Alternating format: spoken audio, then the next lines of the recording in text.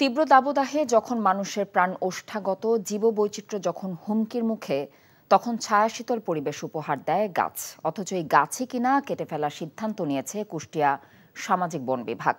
দরপত্র আহ্বানের মধ্য দিয়ে প্রায় ১৫০০ গাছ কাটতে এরই মধ্যে সকল প্রস্তুতিও সম্পন্ন হয়েছে। যদিও এ নিয়ে অসন্তোষ প্রকাশ করেছেন এলাকাবাসী, পরিবেশবিদ এবং সমাজকর্মীরা। কুষ্টিয়া প্রতিনিধি সাবিনা ইয়াসমিন শ্যামলীর পাঠানো রিপোর্ট, ছবি তুলেছেন মোহাম্মদ আসিফুজ্জামান।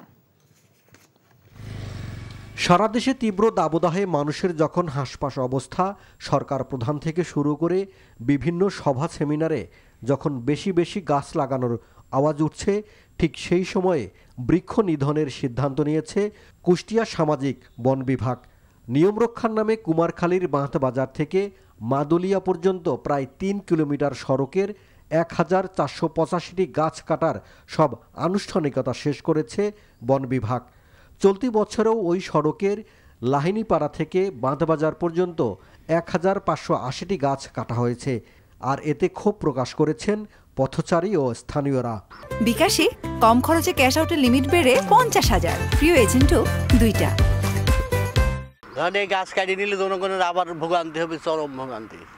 লোকজন আর এই ছেঁয়া পাবে না, মাটির এসে দমন করা জায়গা পাবে না।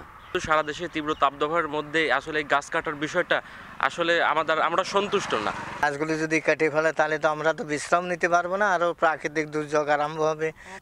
পরিবেশের ভারসাম্য রক্ষায় গাছগুলো না কাটার দাবি করেছেন পরিবেশবিদ ও সমাজকর্মীরা। এই তাপদাহের ভিতরে যদি গাছগুলো চলে যায় তাহলে অন্ততপক্ষে সমস্যা দাঁড়ায় যে আমরা কিভাবে বাঁচব। বন বিভাগের কর্মকর্তারা বলছেন, নিয়ম মেনেই ওই সড়কের ১৩ কিলোমিটার এলাকায় গাছ কাটা হয়েছে।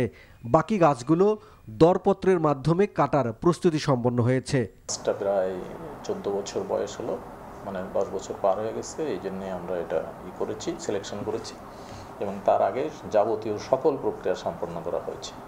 যদিও স্থানীয় সংসদ সদস্য বলছেন, গাছ রক্ষায় তিনি পদক্ষেপ নেবেন। ইতিমধ্যেই আমি শুনছি আমাদের ইয়নো মহোদয় বলেছেন গাছ কাটা অলরেডি বন্ধ হয়ে গেছে। আর শুধু এই মুহূর্তে না, আমরা ভবিষ্যতে একটা ব্যবস্থা গ্রহণ করছি, সেটা হলো এই যে একটি গাছ কাটলে 10টি গাছ লাগিয়ে তারপর আমরা কোনো গাছ কাটতে দেব। গাছ বিক্রির ৫৫% টাকা পান সমিতির সদস্যরা।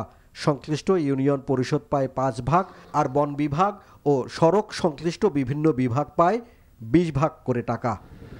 NTV news desk. বিকাশে কম খরচে ক্যাশ আউটের লিমিট বেড়ে ৫০,০০০, প্রিয় এজেন্টও ২টা।